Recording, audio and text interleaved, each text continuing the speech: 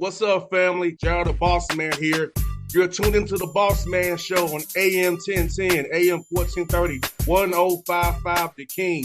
Let the King out at 105theking.com and the Bossman Show at bossmanshow.com. Hit me up on Instagram, The Bossman Show, Twitter at Bossman Show, and Facebook, Bossman Show. It's the Bossman on your radio. Listen to the Bossman Show with your host, JR, Saturdays at 9 a.m. right here on AM 1010, The King. BS3 Network, changing the way you watch TV. Yes, BS3 Network, changing the way you watch TV, covering content and hot topics from A to Z, sports, music, society and culture, movie reviews, you name it, we have it.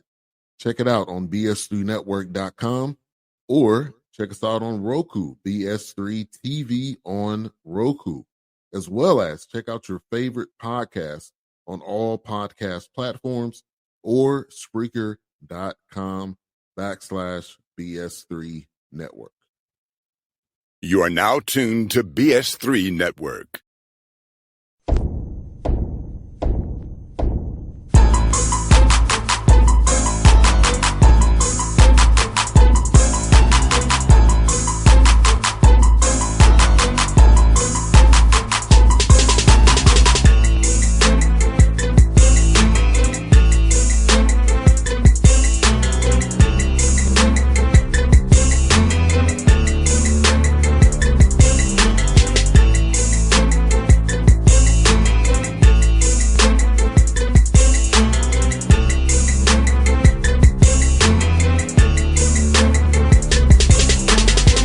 Folks, back on the Bossman Show with my good friend, my good brother, G. Grant Leonard, Queens, doing his thing at the Royals. G, I love you, man. You love you, man. I'm glad to have the show again, brother. How life over there in the Queen City, my good friend? Everything's great, man. Summer is amazing. Players are back, so energized from that. But, man, it's been a beautiful summer here. It's different concerts Charlotte's, man, it's popping. It is. Hey, it's a mini Atlanta, in my opinion, now. I agree. It's like Buckhead 20 years ago. Yes. It's not the same Buckhead no more. No, it's not. Not the same no more. Man, geez, crazy, man. You're going to your fifth year, man. Man, has it been a breeze for you, man? A blur already? It's going to year 5, man. I wish I could say it's a breeze. You know, the funny thing is, someone asked me the other day, like, could you have drawn it up this way? And I was like, well, we actually kind of did. And the neat thing about it is like every team right now is so worried about this year, right? Because of the portal and everything. And we were able to kind of take a breath and say, look, we got 4 years to figure this out. And all we wanted to see was progress each year. And we did that. And it ended up spilling into us winning the league and going to the tournament. And so that was like the cherry on top. But the best part is we've seen our program just slowly, gradually get better and better. And so I wouldn't say it's a breeze, but it was one step in front of another and honestly kind of went as planned. And so unique that we had a 4-year runway. Not everyone gets that anymore. You remember you used to be able to do that. Coach gets hired, you got 4 years. You know, you got to get your players in, give them time to. No one gets that anymore. So I was very fortunate that we got it. No doubt, man. And the culture you've built, I mean, it's been consistent from day one. I remember being there at the tournament with you in Kennesaw when you was down, guys was just beat up because of that used to being D1 to now, man. It's in talent you bringing in, the guys you're able to recruit and be in there with because of what you built there, how you treat your players, how Queens treats their students, how the community embraces the Queens community. So let's talk about all those factors from when we was first talking, we got hired at tournament at Kennesaw to now, man, winning in Jacksonville and going to the big dance, and Queens is on the map now. You know, and that first year and what a learning experience that was, and we won 18 games, but we kind of limped into the end of the season, if that makes sense. And I knew right there that team was great, and we had some great players. But as a team, a total team, we weren't able to win an ASUN championship. We weren't there. And we weren't even really close because we couldn't sustain the pounding of a full Division One season. We didn't have the bodies and the depth. We just did not. And so, culturally, we didn't want to just gut it and redo the whole team. I don't think that's the right way to do things. That's not the right way to treat players. But we knew that we had a couple years to, okay, like we got to build our positional size and we got to change our physical makeup. Because when we were in Division Two, we were able to wear teams down, and we weren't able to do that. And so it was kind of systematic and took time. Last year was the first year. 2 years ago we were close, but last year was the first year I thought we could wear teams down with the depth of our roster. And but it took some time and it took some losses. And each year we beat the number one team in our league, but we also lost some games I didn't think we should have lost. And so last year was the culmination of 3 years of learning lessons, but building the roster slowly over time.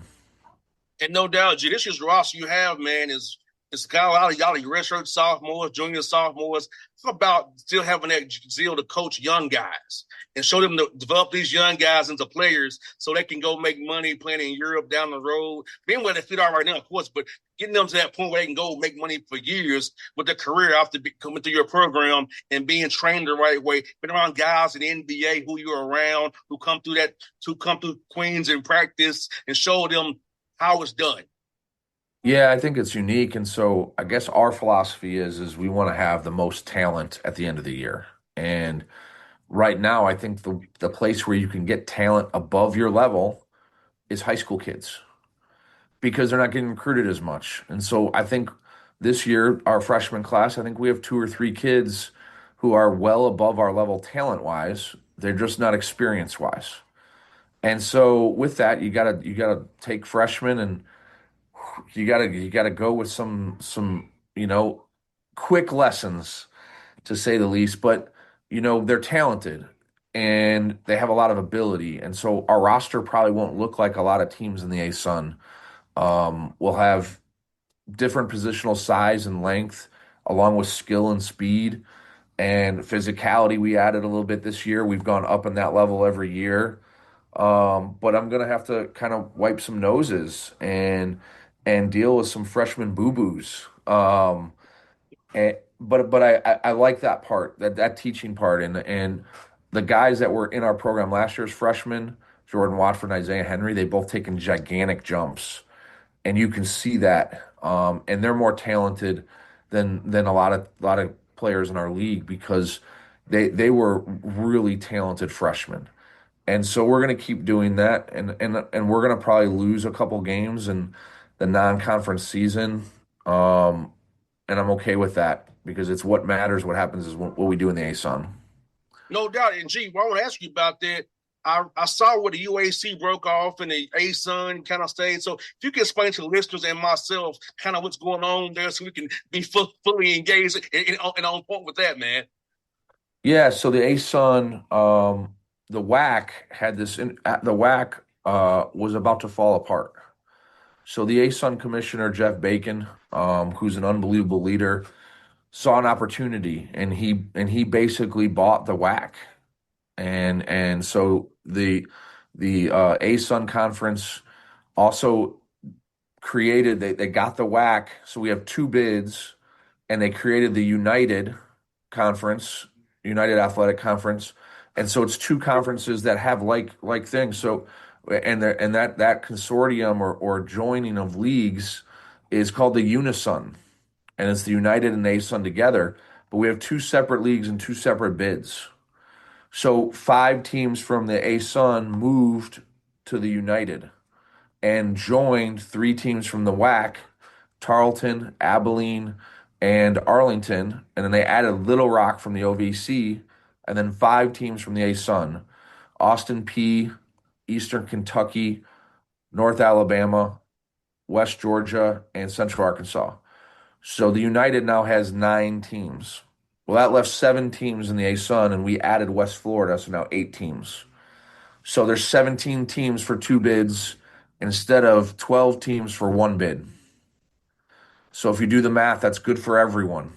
It's good for everyone. It's good for those teams in the WAC who now still have a league. It's good for all the teams that whichever league they went to because now they statistically have a better chance to go to the tournament.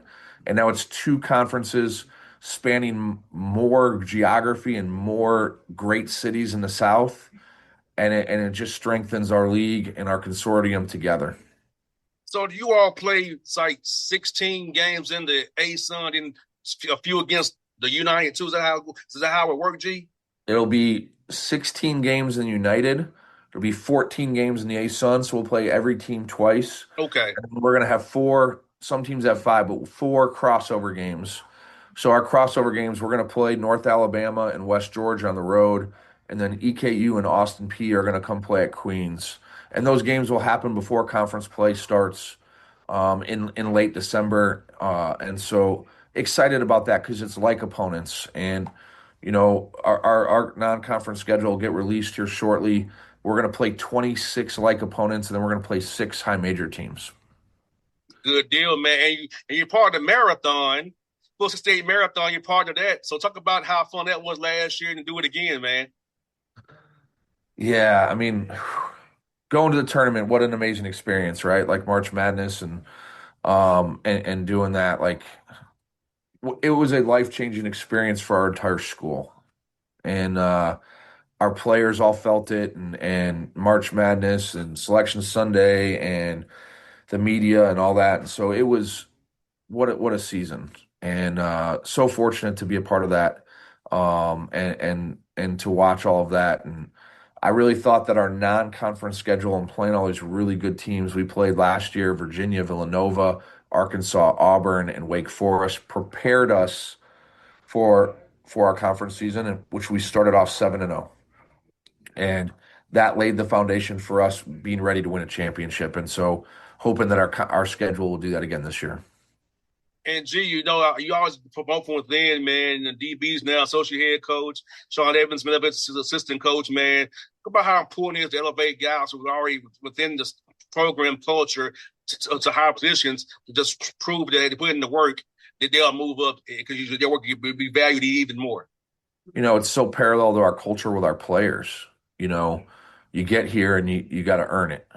And as you earn it, you get more, and so guys come here in lower staffer roles. Like Sean was the director of player development, and he earned being an assistant coach. And DB got here when he actually got hired right when I got the job, but we were still technically D2. He was a part-time assistant.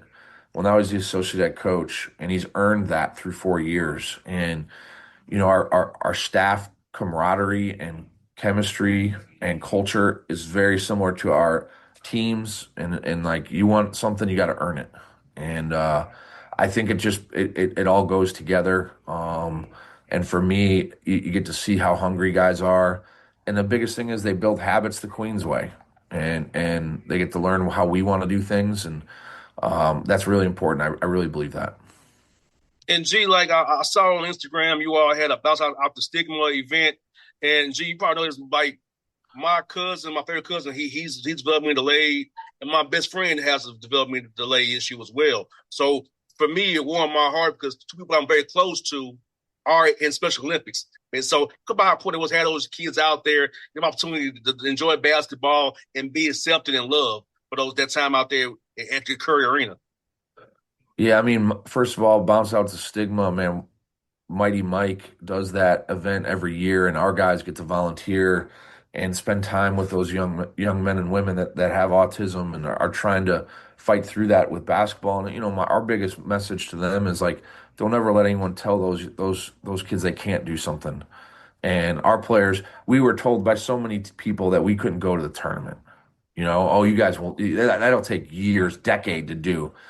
Well, not if you put your mind to it, right? And so, I want those young men and women with autism to feel like they can accomplish a lot in life, whether it's through basketball or whatever medium they choose. And so getting to work with them, and we're partnering with Red Ventures on that. And Red Ventures is a local company that does unbelievable work in the community, and they're a tech company. But being able to partner with them and volunteer and help bounce out the stigma, it's a huge part of what we do at Queens. We build community through the lens of basketball, and we're part of this community. and we want to really pour into the youth of this community, and that's one part of it. No doubt. And G, last one question I got for you, if I give you my insurance questions for you. You got a contract extension. I know you're not talking about yourself, man, but you extended through 2031. How good is have your administration and your people in the community of Queens see the work you put in and reward you that way and really show they believe in you and the culture you set here in Queens? I mean, it's an amazing feeling to know that the administration here at Queens believes in what we do, and that they not only support you as a coach, but as an entire organization, and that they are behind you, that they want you here, that they continue to support you, and it gives you confidence in every decision you make, that we can make the right decision long term, that we don't have to take shortcuts and worry about the outcome today, that we can do the process right because they believe in what we're doing. And fortunate in 4 years of coaching, they've given me 3 extensions. How about that? And it just shows the support that we have here and that they really believe in our culture and our program and the decisions we make. So, G, first question my intern wanted to ask you, G, was like, how do you and your staff go about helping student athletes who may have mental challenges and try to off the court and try to help them with that so they don't go off the deep end and lose their lives or something bad happens when they have mental issues? How do you and your staff go about helping young men on the team who have those issues? Yeah, and funniest thing is you never know when it's going to hit, and you never know which player it's going to be. You know, my biggest thing is each player is so unique in their own. Each player has their own individual struggles. They have their strengths, their weaknesses, and their own timing and their own experiences. And so it's not paint by numbers. You can't put everyone in the same box.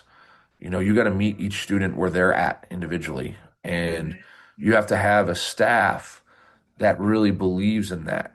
Like, hey, just because I had success this way doesn't mean that's how they're going to do it. And so you have to meet each player where they're at individually, uniquely. You got to find how they're going to be best coached. You got to find what their struggles are and what their tipping points are, and you got to hopefully learn from experience with each player. But it's very unique, and the one thing that's unique about Queens is it's smaller. It's a small school ever to make the tournament. But also with that, there's strength in being small because each player is going to have more attention, each student, and we're going to be able to reach them. And so, you don't walk in your first class and have 500 students. You only got 20. But with that, we got to make sure that we hear every student's voice and that we meet them where they're at. Second question I got for you, G, is how do you go about teaching one of your players about time management and the management of time correctly? Because they say as college students, they struggle having with their time managing it the right way. That's unique. I just had a student in here today, and we were talking about that. And there's a mentality change as you go up levels, and the players, or even if you're in your profession, the talent it's greater at each stop, right? So you got to learn not just like, okay, being on time. What does that mean? Well, so first people are like, oh, you got to be on time. Well, I guess of course you should. That's respect of your time. But now you got to start to prepare to be a champion. So if you just show up when practice starts, you're not late. But are you preparing to win that practice? And the answer is no. Now, if you get here 25, 30 minutes early and you're warmed up and you've already gone to the training room, and then you've gotten 10, 15 minutes of you getting loose and getting a routine and you starting to attack practice like I'm gonna win practice today. I'm gonna be a champion. I'm worthy of being a champion today. That's a completely different mindset than I'm gonna get here on time.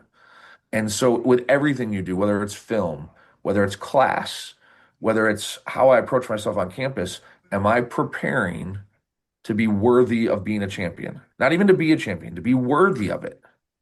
And what the preparation looks like for that. So not just being there and being on time, but being prepared to win that drill, to win that class, and then to do that, and then how to organize your time so that you're not just showing up right when it starts. And that's how you start to attack things. And so, very different mindset, very different mindset. Difference between showing up and preparing to be a champion. And so, and I ask guys all the time, how you practice today, were you worthy of being a champion today? And if the answer is no, then we better change that. And that's how they got to approach class, and that's how they got to approach eating and preparing to eat and understanding I got to have food ready and understanding I need 5,000 or 6,000 calories. That's a different mindset than I'm hungry, I'm going to eat. We got three more for you from MG. The third one is, how do you go about getting guys 1 through 15 to accept their roles, especially the guys who will not be in your rotation and on the court as much?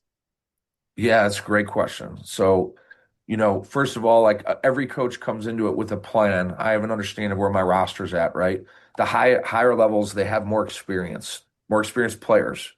So those puzzle pieces are already a little bit more formed.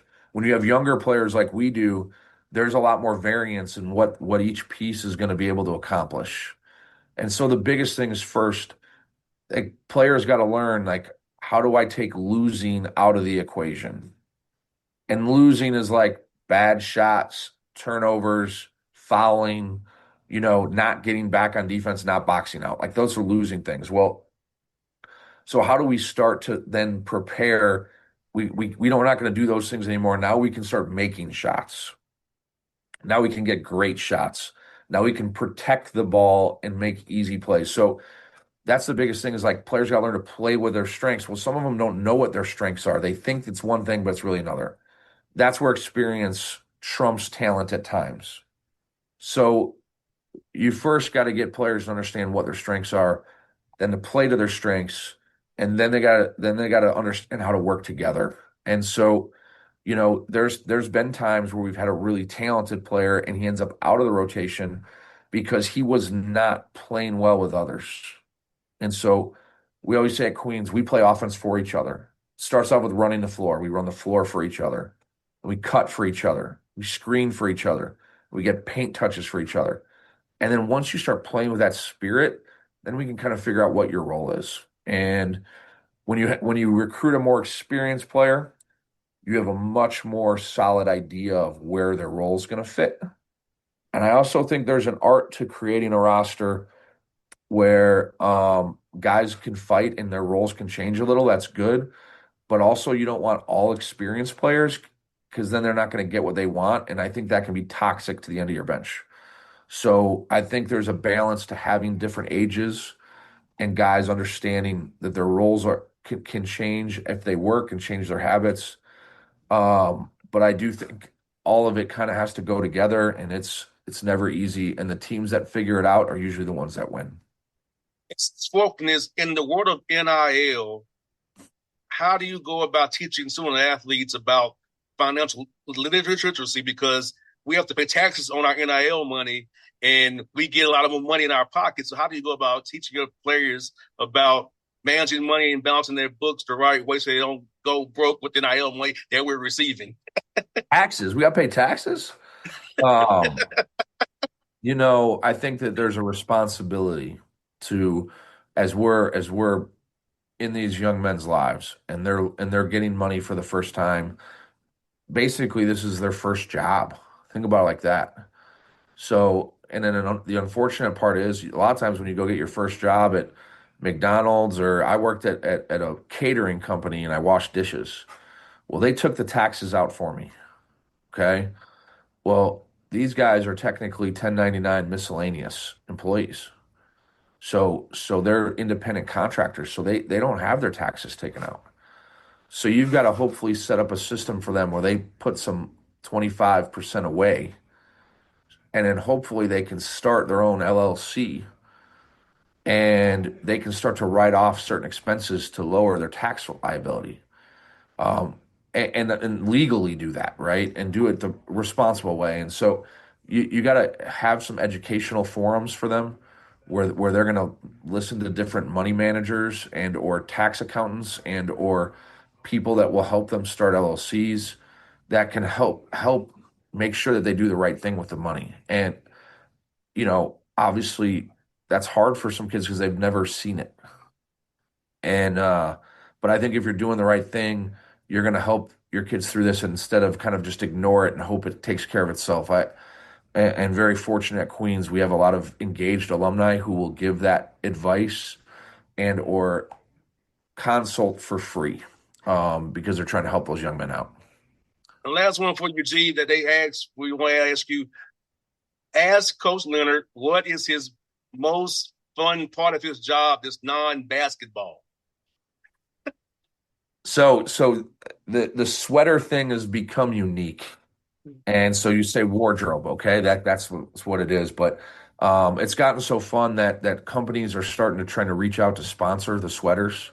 And I have artists doing custom sweaters and designing them. And then we even have an art class on campus who's going to do a contest, design Coach sweater, and the one that I pick, I'll wear for a game. And so this is unique stuff that really has nothing to do with coaching, maybe a little bit of marketing, but really it's fun, right? Because I could just throw a blazer on and a pair of dress pants and go coach a game. But we've decided to embrace these holiday sweaters, these theme sweaters, to raise awareness and to have some fun. And it's become very, very unique, and really enjoyed it. And so for us, we're going to keep the sweaters going, and then Buddy the Street Dog is going to have his own custom sweater this year, and so we're all gonna get behind this, and hopefully the sweaters will bring some awareness to a few good things that will come out of it. Well, G, I hope you like my insurance 5 questions. I hope you like them. Loved them. Yes, G. Well, G, thank you for doing it, man. I really do. Because I know some of your colleagues turned me down. They didn't want to. They said talk to me not after insurance. So I thank you for doing it, man. To allow them to learn about talking to D1 coaches and learn about how to interview and learn about how to do this job behind the scenes. Because this part's easy. It's the part that you don't see is hard. The setup, the scheduling, the understand, it is a unique in its own. It's the same thing with coaching. Everyone thinks, hey, what do you do in the off season? Do you just take off? Like, no. We've got to do a lot of different things, to get to the season between scheduling, fundraising, marketing, philanthropy, community service, all of that, gets going in the off season, and then you still have to build your roster and get them prepared for the season. So no, we don't get summers off, and you don't just show up and do a broadcast. You got to plan questions, and you got to have lighting, and you got to send, coaches cameras so we're not using our phones, and all sorts of fun stuff.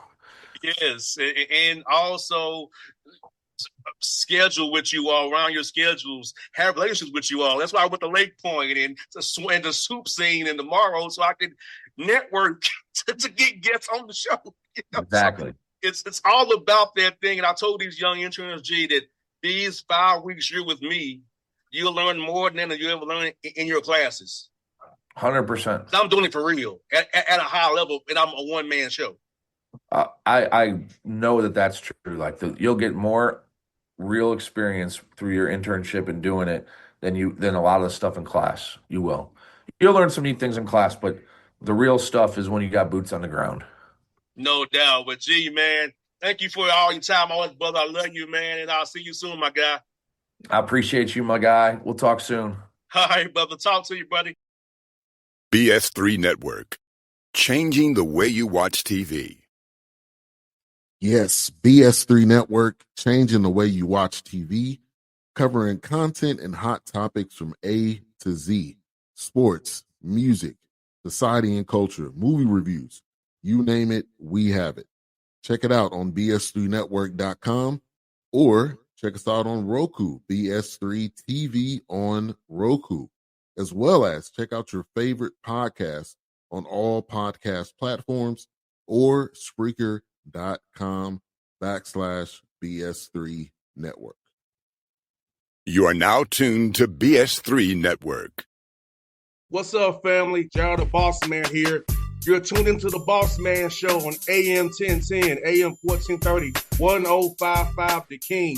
Check the King out at 105theking.com and the Bossman Show at bossmanshow.com. Hit me up on Instagram, The Bossman Show, Twitter at Bossman Show, and Facebook, Bossman Show. It's the Bossman on your radio. Listen to The Bossman Show with your host, JR, Saturdays at 9 a.m. right here on AM 1010, The King.